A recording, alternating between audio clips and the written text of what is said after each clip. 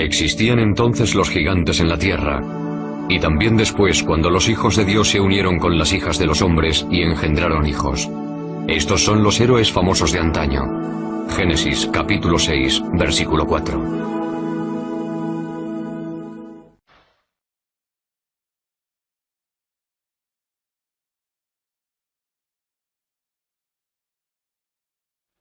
Gigantes.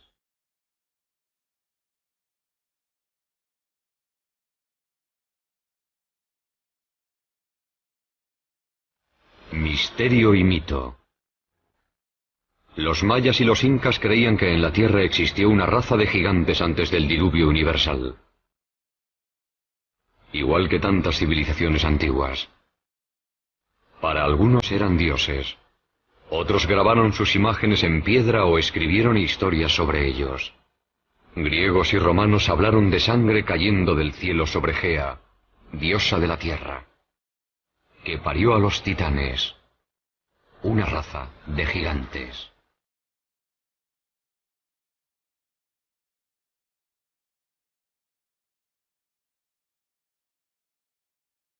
Quizá el más famoso fue Goliat, el filisteo, uno de 5 hermanos gigantes. Wendell Jones es un arqueólogo con estilo propio. Ha pasado su vida estudiando a Goliat y el Arca de la Alianza, en la que según el Midrash, el libro sagrado judío, el gigante huyó. Goliat se abrió camino entre los soldados israelitas, se subió el arca a los hombros, atravesó varias ciudades y devolvió el arca a los filisteos. Fue en este campo, a 25 kilómetros al sudoeste del Jerusalén actual, donde, según la leyenda, murió Goliat. No a manos de un guerrero gigante como él, sino a manos de un niño, David, que según esta losa del siglo IX a.C., se convertiría en el rey de los israelitas. David se defendía con unas tiras largas de cuero negro. Se las colocó enrolladas al brazo y dijo: «Os habéis enfrentado a mí con una armadura, un casco y una espada, pero lucharé contra vosotros en nombre del Señor, Dios de Israel». Y sacó otras tiras de cuero, pero con una piedra dentro.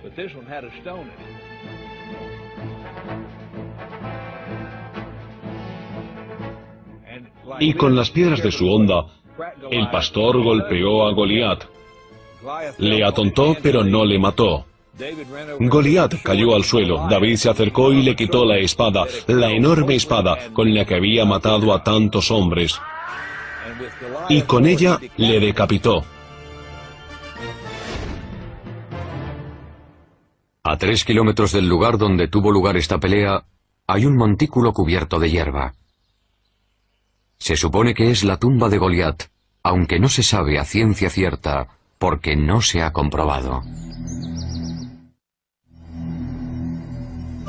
En Estados Unidos hay muchos montículos que se consideran tumbas, una raza de gigantes. Se descubren cerca de Clearwater los restos de 7 personas de casi 3 metros de altura enterradas hace 200 años. Un autor que ha vendido más de 15 millones de libros y ha escrito mucho sobre gigantes es Brad Steiger. Hay numerosas tumbas de gigantes, algunos de casi 3 metros de altura, y también de mujeres, algunas de ellas de más de 3 metros con cráneos enormes.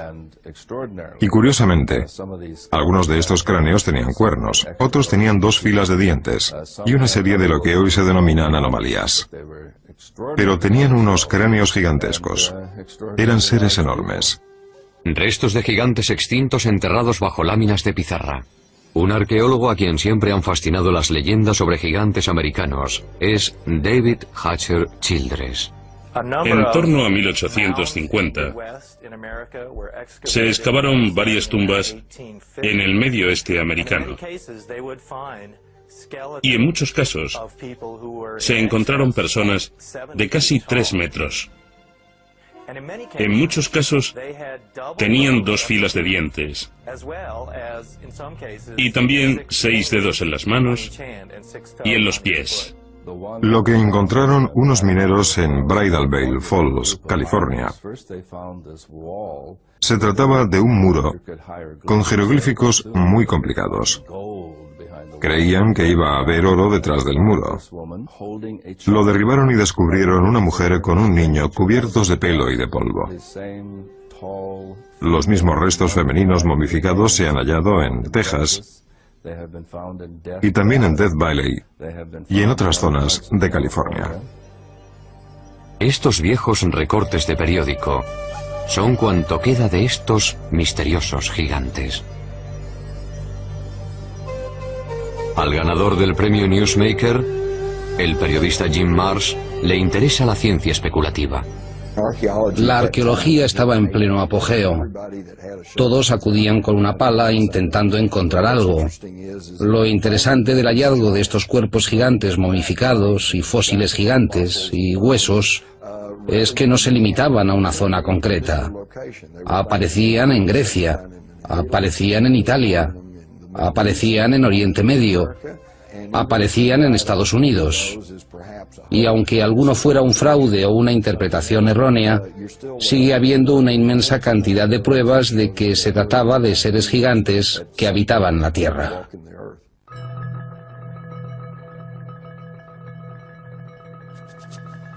En 1912, los granjeros empezaron a llegar a esta cueva cerca de Lovelock, Nevada, en busca de guano de murciélago, un buen abono.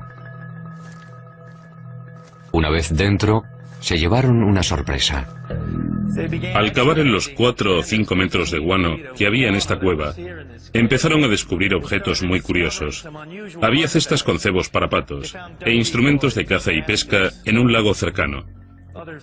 Pero después descubrieron algo realmente extraño. Unos gigantes pelirrojos momificados. Estos gigantes medían casi 3 metros de alto. Muchos de ellos estaban momificados, como las momias egipcias.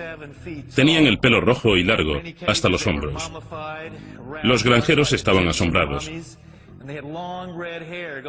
No habían visto nada igual en su vida.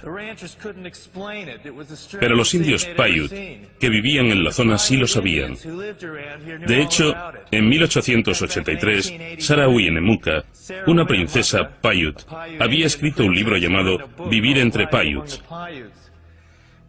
En el libro, hablaba de los gigantes pelirrojos que vivían cerca del lago, en esta cueva. Según decía, eran caníbales. La tribu devoraba a los muertos. Ellos lucharon contra mi pueblo.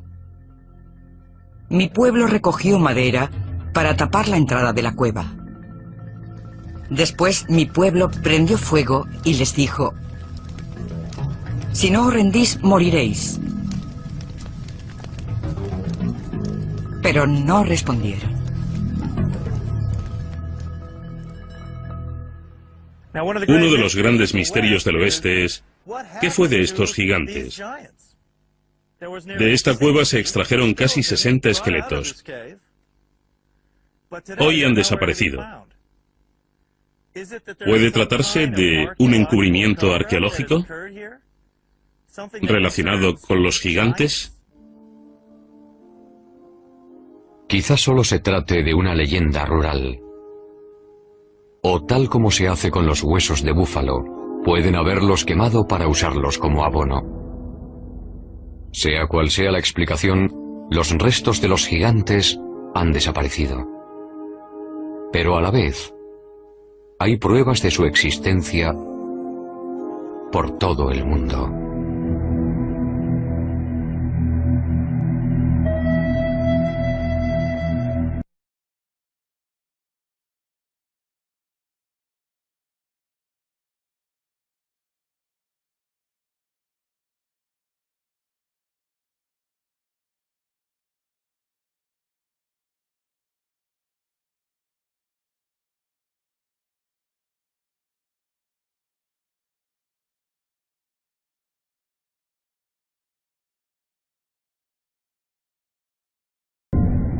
En Chile, en el Cerro Unitas, a más de 100 metros de altura, está la mayor imagen de una figura humana del mundo. Figura humana del mundo. ¿Quién lo hizo y por qué? Es un misterio.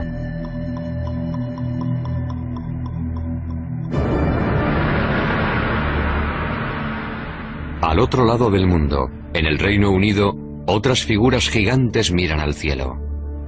Esta es la de Cerne Abbas, cerca de Shaftesbury.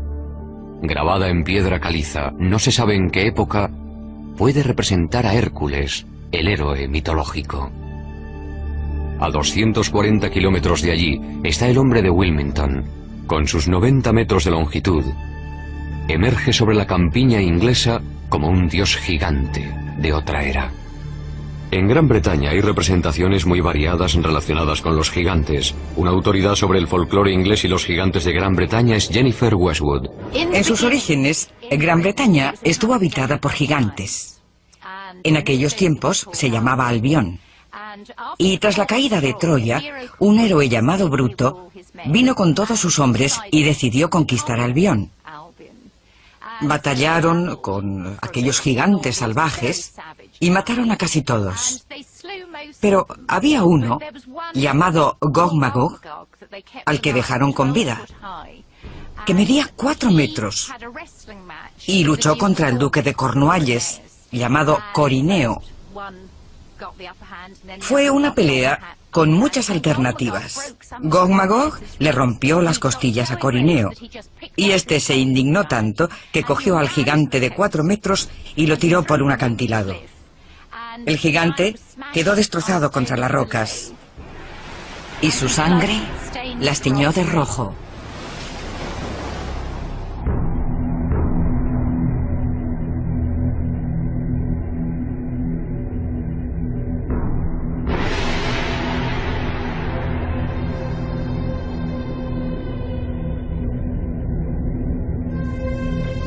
Los gigantes también aparecen en la mitología de Stonehenge, la estructura megalítica más famosa del mundo.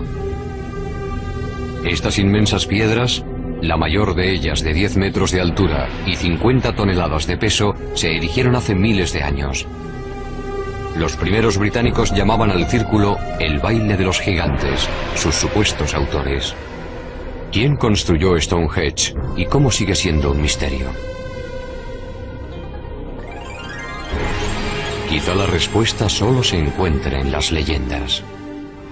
En el pasado pudieron disponer de otras tecnologías o de una capacidad mágica desconocida para crear estos monumentos.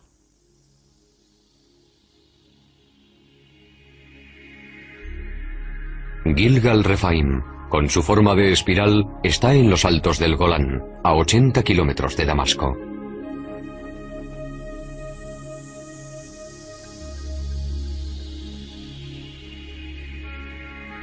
Construido con 40.000 toneladas de piedra, se parece enormemente a Stonehenge.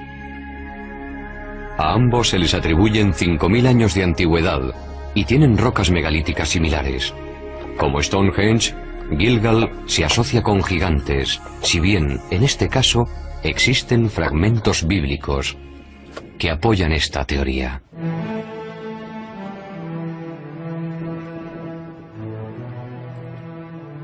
El arqueólogo israelita Daniel Herman está investigando una tumba recién abierta.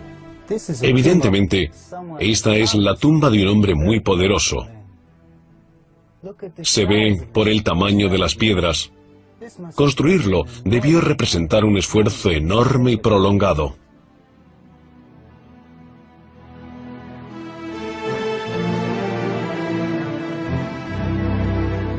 Cuando los israelitas llegaron y escribieron su Biblia, ya estaba aquí.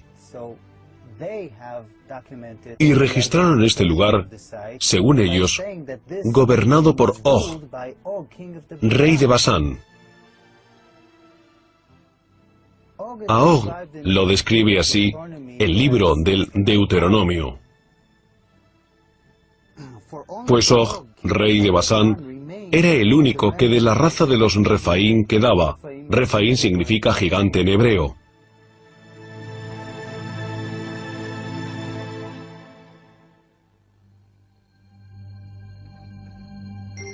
La superficie de nuestro planeta está llena de construcciones enormes, con miles de años de antigüedad.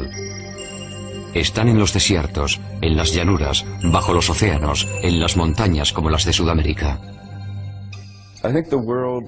El mundo debió ser como las ciudades de Machu Picchu, Tiahuanaco, Sacsayhuamán. Debió ser un mundo poblado por gigantes que construían sus edificios con grandes bloques de piedra de 200 o 500 toneladas. Ruinas de proporciones desmesuradas se encuentran por toda Centroamérica y Sudamérica.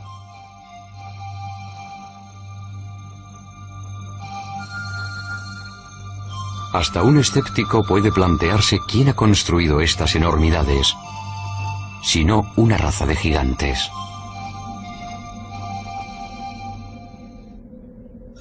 Las gentes de Malta creen que esta isla mediterránea fue el último reducto de los gigantes de Europa. Gigantilla, Malta. Un explorador dedicado al estudio de construcciones megalíticas es el autor de Los ojos de la Esfinge, Eric von Daniken. Malta tiene templos gigantescos. Son muy antiguos. No se conoce su fecha exacta. Unos 5.000 años antes de Cristo. Y uno de los templos de Gozo se sigue llamando el sitio de los gigantes, Gigantilla. Según la leyenda, el templo lo construyó una diosa gigante. Los bloques son tan grandes, pesan tanto, que no los pudieron mover personas normales.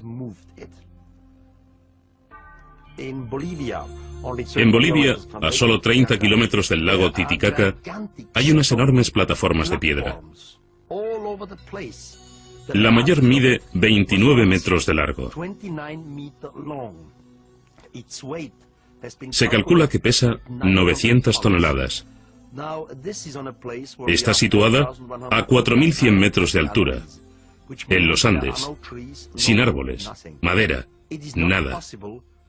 No se puede transportar una plataforma de 900 toneladas sin troncos de madera. Incluso con troncos, sería muy complicado. Pero ahí están, se pueden ver, tocar, fotografiar, y no hay ninguna explicación posible. Los indios anteriores a los incas, los aymaras, no pudieron moverlas, así que, ¿qué son? ¿Para qué son? No se sabe. Por toda la Tierra hay objetos que quizá hayan sido hechos por extraterrestres, o con una tecnología nueva, o por gigantes. ¿ET? ¿Gigantes? ¿Una nueva tecnología? Hay quienes lo creen. Como el autor del libro Arquitectos del Submundo, Bruce Rax. Los arquitectos son la raza o razas que construyeron los megalitos y el mundo antiguo, las pirámides, Stonehenge. Son quienes nos precedieron, quienes habitaron este mundo antes que nosotros. Los hemos llamado dioses, los hemos llamado gigantes. Dejaron sus obras tras ellos y no hemos podido repetirlas, pero ahora sí, somos capaces de poder apreciarlas como es debido. En el Líbano, a 65 kilómetros de Beirut, están las impresionantes ruinas de Baalbek. Este lugar se menciona en el libro de Reyes del Antiguo Testamento. Baalbek en concreto es un buen ejemplo. Tiene un trilito, las piedras más grandes usadas jamás en construcción. Son tan grandes que no sabemos ni cuánto pesan. Las piedras se tallaron, se transportaron, se elevaron unos 10 metros y se colocaron tan juntas que no cabe ni una cuchilla ni una hoja de papel entre ellas. No se sabe cómo lo hicieron. No existe ninguna grúa que pueda levantar un peso semejante. No se sabe bien. Pero según la tradición árabe, los primeros templos se edificaron aquí después del diluvio, para el rey bíblico Nimrod.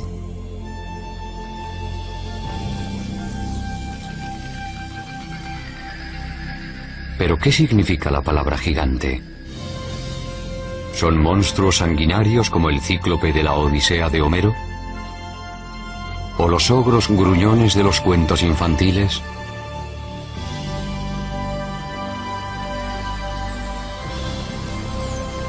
O podrían ser gigantes pacíficos, que viven como nosotros, pacíficos, que viven como nosotros, paseando por la ciudad a plena luz del día.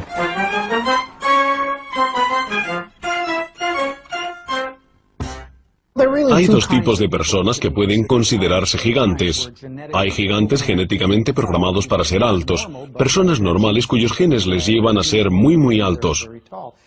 Y también hay personas que sufren algún tipo de desorden, el más común de los cuales, o el más conocido, es la acromegalia, una enfermedad producida por el exceso de la hormona del crecimiento.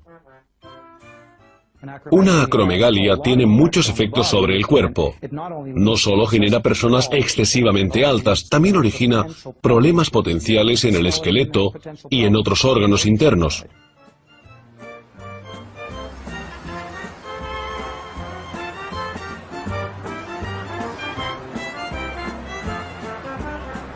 Ryan es un joven sano, normal y bien proporcionado, que mide más de 2 metros. Ojalá yo fuera como él. ¿Por qué un hombre llega a ser tan alto? ¿Es hereditario, nutritivo o hay algo más? ¿Son los gigantes personas normales con una altura excepcional? ¿De dónde han salido? ¿Es posible que en un pasado remoto tuvieran antepasados gigantes? El doctor Marvin Antelman, científico premiado por el Instituto Weizmann, cree que tiene la respuesta. Si observamos todo el material genético del primer hombre, no nos sorprenderá descubrir hoy un gigante entre nosotros, ya que podría existir un gen recesivo que produjera algo semejante. La tribu Batusi, por ejemplo, es muy alta. La altura media de sus hombres supera los 2 metros.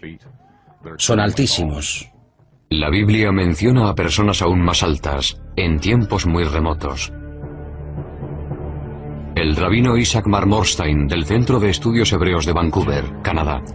Parece bastante claro, por menciones en el Génesis, en el libro de los Números y en el Deuteronomio, que no se contradicen entre sí, que hubo seres gigantes en una época anterior al diluvio.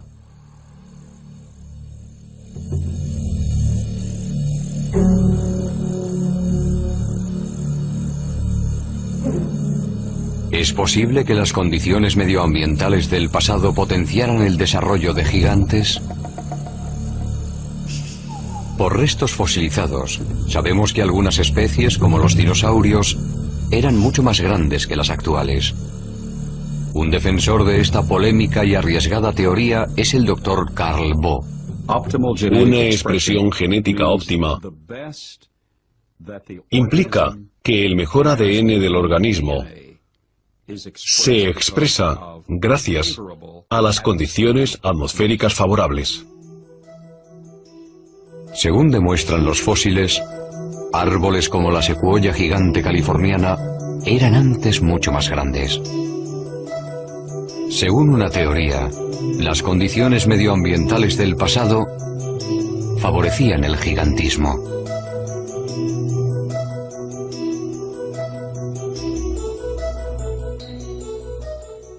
En estas condiciones, las plantas y animales vivían más, eran mucho más grandes, que es precisamente lo que indican los restos geológicos fosilizados.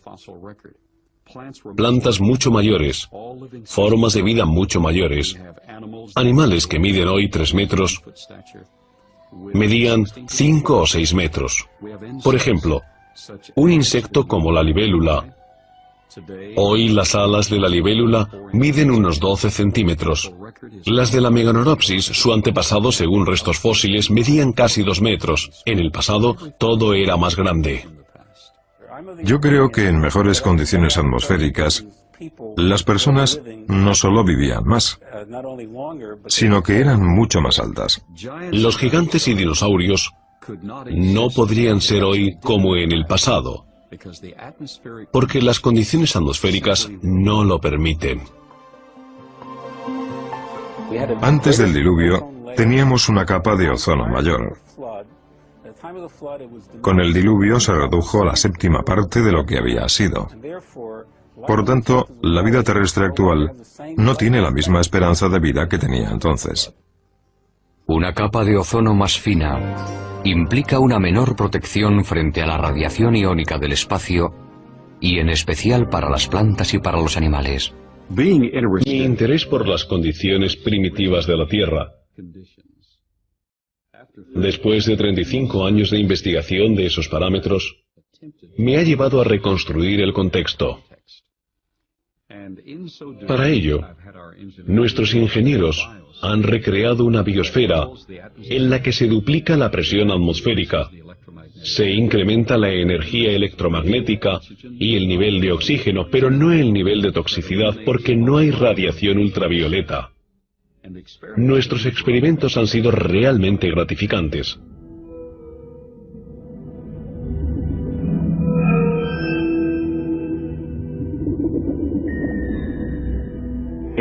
En un experimento científico controlado, hemos medido los efectos de un campo magnético poseléctrico sobre los sistemas biológicos. Tenemos pirañas pacúes que hoy en día alcanzan este tamaño a los 3 años y medio, en condiciones óptimas. Y ahora miden 60 centímetros más y pesan algo menos de 10 kilos. En estas condiciones controladas, estamos produciendo gigantismo a un ritmo acelerado. Aparentemente, el proyecto parece interesante, aunque por ahora no lo hayan duplicado otros científicos. La conclusión es que la leyenda parece cierta,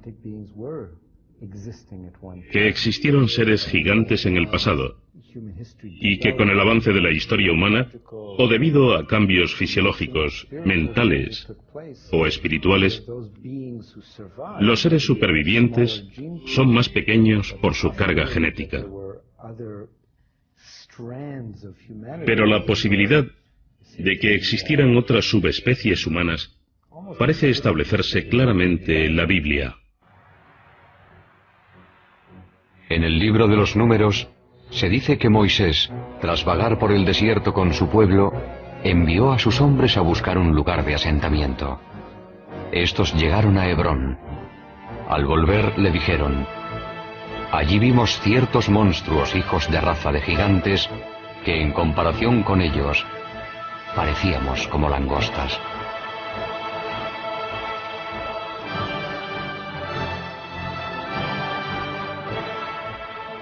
Las tribus siguieron hacia el nordeste, en dirección a lo que hoy es Petra, en Jordania. Y allí también, según la Biblia, había gigantes. Fueran donde fueran, hallaban huellas de gigantes.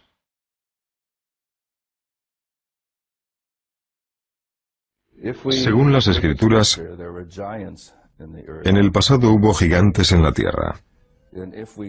En sentido literal, no simbólico. Quiero decir que eran hombres poderosos y muy hábiles. Es decir, que los primeros hombres, los primeros humanos, eran gigantes. O puede ser que los gigantes vinieran de fuera.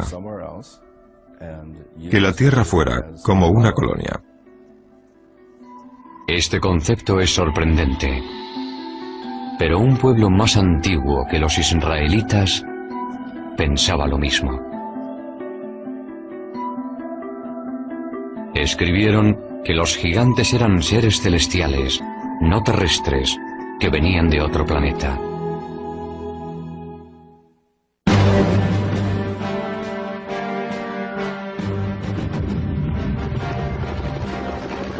Aquí se luchó la guerra del Golfo. Hoy se llama Irak. En el pasado surgieron aquí varias grandes civilizaciones. Una de ellas, Babilonia, fue legendaria por su riqueza y su esplendor.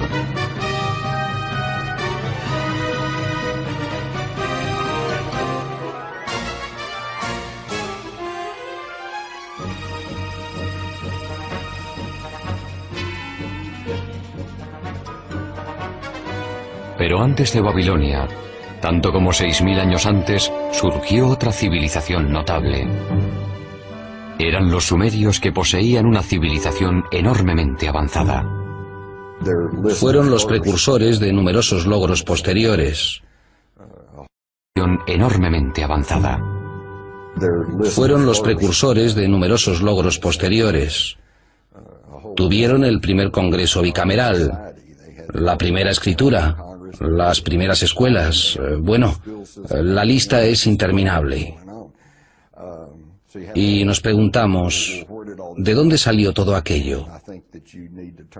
Creo que hay que ir a los primeros sumerios y escuchar muy atentamente sus palabras, porque lo que dicen, no solo una vez, sino en muchas ocasiones, es que su civilización proviene de unos seres que llegaron de los cielos a la tierra. Los llamaban los Ananoki. Los sumerios escribieron su historia en tablas de arcilla, que pasaron medio siglo olvidadas en un museo de Berlín. Pocos han logrado descifrar este antiguo lenguaje. Uno de ellos es Zecharia Sitchin.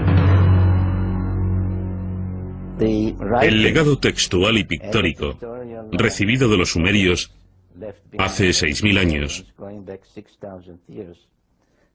describe un pueblo que venía de un planeta llamado Neberu. Y según muchas de las imágenes, eran altos, como un tercio más que el ser humano medio. Eran gigantes. Este sello cilíndrico de un museo de Berlín es sorprendente por varias razones. Muestra nuestro sistema solar con el Sol en el centro y los planetas a su alrededor.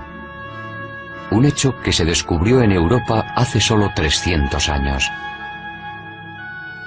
También está el planeta Plutón, que no se descubrió hasta 1930. Además aparece otro planeta que los sumerios llamaban Neberu, y del que venían, según ellos, los Ananoki, o gigantes celestiales.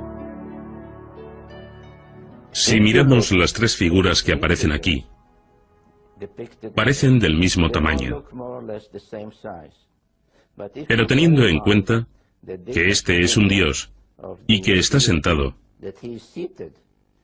si se observa desde la rodilla a la cadera, se descubre que mide más de 3 metros. Es un gigante, de los que llegaron del cielo a la tierra. Al buscar huellas de vida extraterrestre, los astrónomos han sondeado los confines del universo.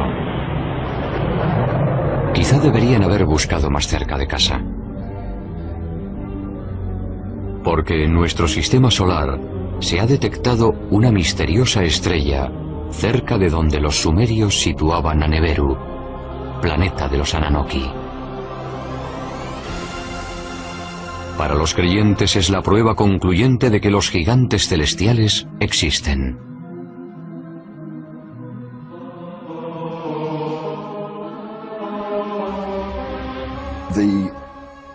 El texto sumerio, a grandes rasgos, nos dice que hace más de 400.000 años los Ananoki llegaron del espacio y aterrizaron en el valle del Tigris-Éufrates.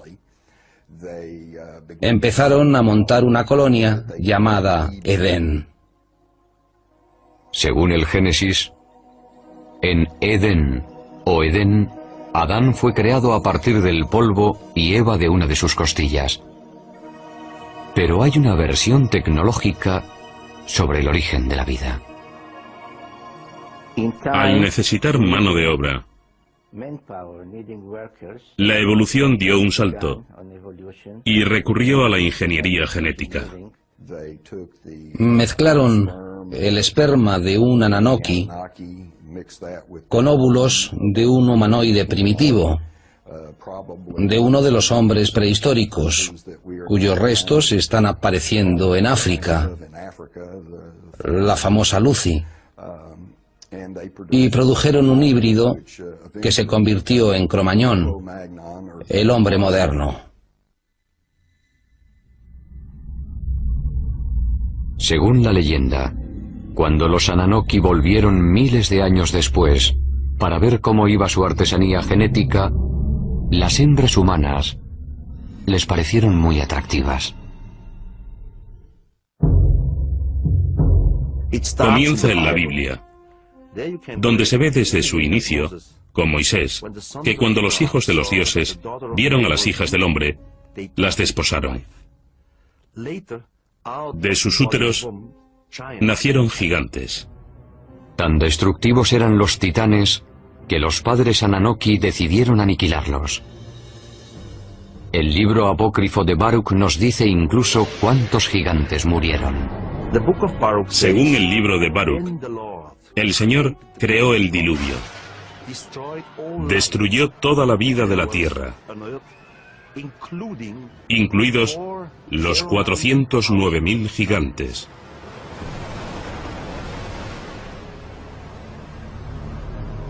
Según parece, algunos titanes sobrevivieron. Pero su reinado en la Tierra se acabó y los humanos se convirtieron en la especie dominante. Pero los gigantes viven en nuestra memoria, como algo arraigado desde el principio de nuestra existencia. Para algunos es más que un simple recuerdo. Quizás son los que nos informan de un número creciente de gigantes saliendo de los ovnis. Estos creyentes aseguran que los Ananoki, o gigantes celestiales, van a volver. En los últimos 10 años, han aumentado los avistamientos de ovnis con ocupantes gigantes. La antigua directora de la Asociación Británica de Investigación de OVNIs, Jenny Randall, conoce estas estadísticas. Al analizar 15.000 encuentros, los gigantes cada año se mencionan más, desde 1965 en adelante. Y recibimos muchos más informes sobre gigantes hoy que hace 30 o 40 años. Los libros apócrifos de Enoch tienen más de 5.000 años de antigüedad. En ellos, Enoch narra cómo 2 hombres muy altos le llevaron al cielo. En este viaje celestial también habla de quienes llegaron a la tierra desde el cielo. Ante mí aparecieron 2 hombres enormes, como no he visto nada igual en la tierra. Sus rostros brillaban como el sol, sus ojos eran como una luz ardiente. Y me alzaron y me llevaron al primer cielo. Y vuelan con sus alas y van de un planeta a otro. Vi ante mí a los ancianos, los guardianes del orden celestial. Estos grupos hacen un estudio minucioso del movimiento de las estrellas. Enoch es llevado al cielo al menos 3 veces. Y hoy diríamos que fue transportado a una nave nodriza. Allí discute con los altos mandos, sean cuales sean. Imaginemos que el comandante de la nave. Es decir, que Enoch fue víctima de una abducción alienígena. Puede parecer una interpretación absurda de un texto antiguo. Por otra parte, las historias de abducciones actuales no son muy distintas. Los mayores medían entre 2 y 3 metros. Tenían pelo blanco, piel pálida, casi albina, ojos azul claro, vestían túnicas blancas y no llevaban zapatos. Se comunicaban por el sonido y también mediante telepatía mental. He revisado el manual de uso de mi cerebro y no se dice ni en letra pequeña que los sueños son entre las 11 de la noche y las 8 de la mañana. En general es así, pero sabemos que el cerebro puede crear imágenes muy nítidas, muy reales, que solo son alucinaciones. Pero lo ocurrido en la ciudad rusa de Forones no es fácil de explicar, porque hubo al menos 20 testigos. ¿Pudieron soñar todos lo mismo a plena luz del día? En septiembre de 1989 ocurrió algo en la ciudad de Vorónezh, a 300 kilómetros de Moscú, que llamó la atención de la prensa mundial. Durante semanas se vieron luces extrañas en el cielo, y el 27 de septiembre se informó de que en un parque público había aterrizado una nave de la que bajaron 3 figuras gigantes. Había aterrizado una nave de la que bajaron 3 figuras gigantes. Nada, ni remotamente parecido, había ocurrido jamás en Vorónezh. Antes de venir a América en 1990, el periodista ucraniano Paul Stonehill informó sobre Vorónezh para la prensa internacional. Los investigadores del suceso de Vorónezh, que eran científicos, geólogos y también algún militar, fueron al lugar inmediatamente. Justo después, estuvieron allí el 3 de octubre, estudiando y recogiendo pruebas.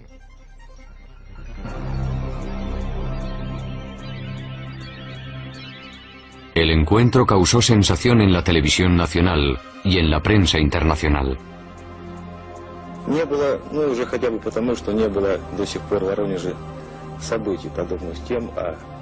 Los dibujos de los niños testigos son muy descriptivos.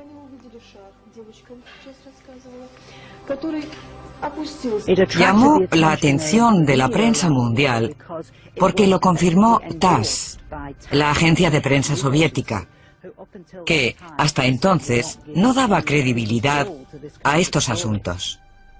Pudieron hablar con muchos testigos, tanto adultos como niños, policías, profesores, alumnos, científicos que habían visto ovnis parecidos o distintos. La cuestión era que unos seres gigantes salidos de una nave extraña, después de investigar en Vorónezh, habían vuelto a su nave y se habían ido.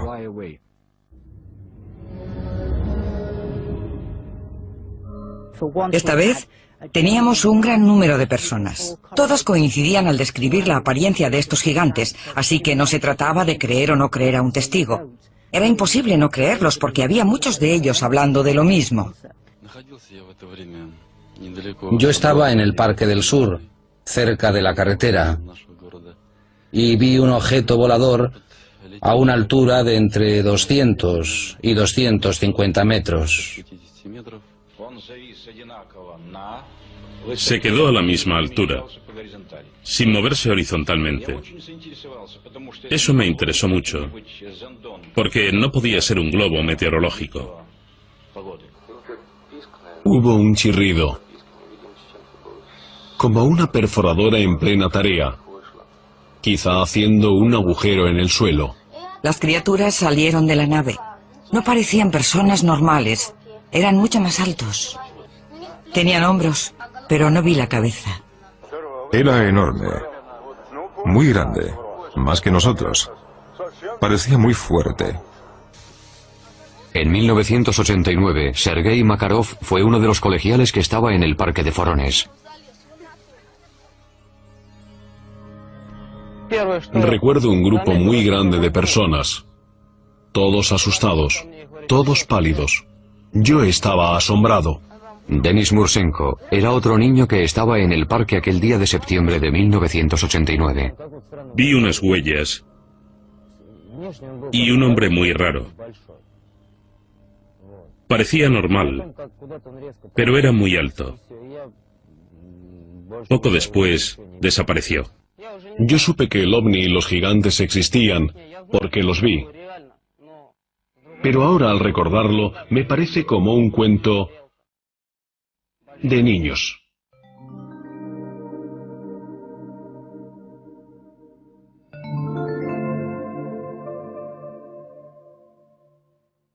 Lo que vemos hoy es lo que se ha visto a lo largo de la historia, no es nuevo. Todo lo relativo al fenómeno ovni es algo que siempre ha ocurrido y existe en las mitologías primitivas del mundo entero.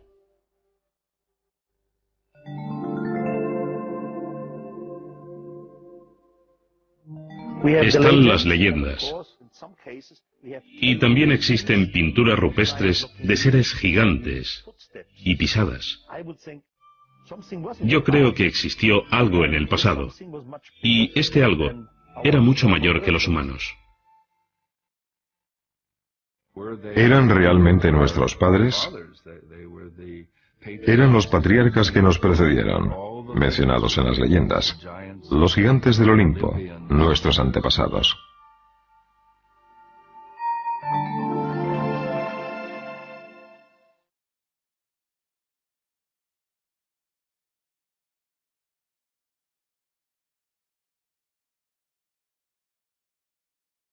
Sea verdad o fantasía, los gigantes han estado en el subconsciente colectivo desde hace años.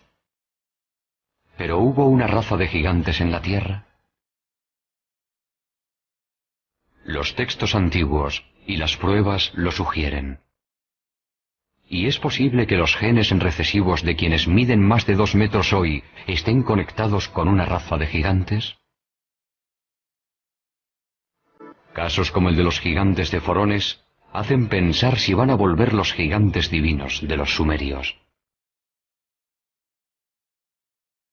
Pero sean reales, imaginarios o alegóricos, una cosa es cierta. El misterio y el mito de los gigantes nos acompañará durante mucho tiempo.